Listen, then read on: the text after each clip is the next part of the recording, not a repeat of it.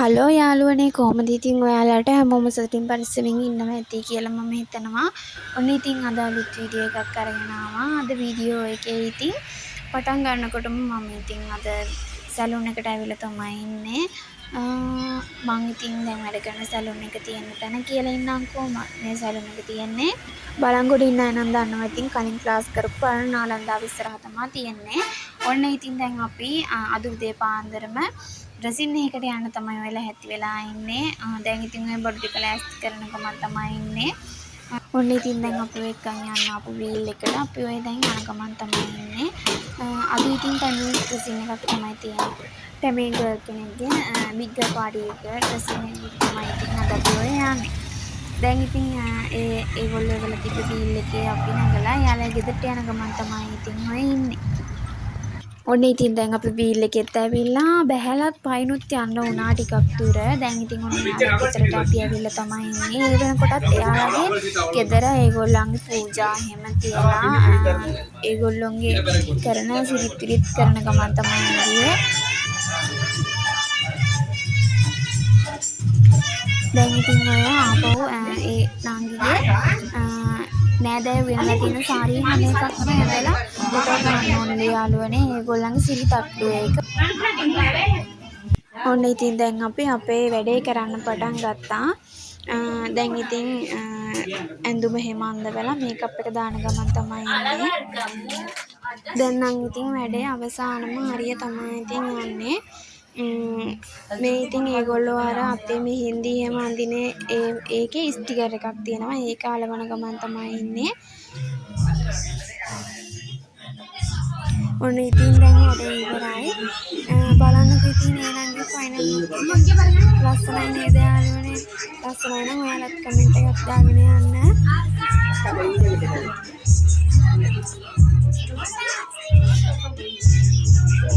දැන් ඉතින් ඔන්න අපි මේ වැඩේත් ඉවර කරලා ආපහු සැලූන් එකට එන්න ආවා. ඔය ඉතින් මං සැලූන් එකේ ඉන්න ගමන් ඩමි එකක් අරගෙන ඒකට හෙයාර් ස්ටයිල් එකක් දාන්න ගත්තා. බලන්නකෝ ඉතින් ඒකේ අවසානයේත් කොහොමද කියලා.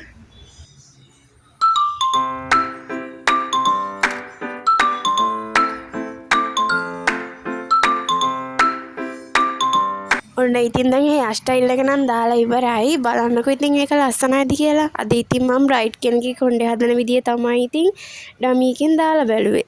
අඩුපාඩු ඇති ඉතින් අඩුපාඩු හදාගෙන ඉස්සරහට ගමන යනකොට තමයි ඉතින් ලස්සන. මම නම් හිතන්නේ එහෙම.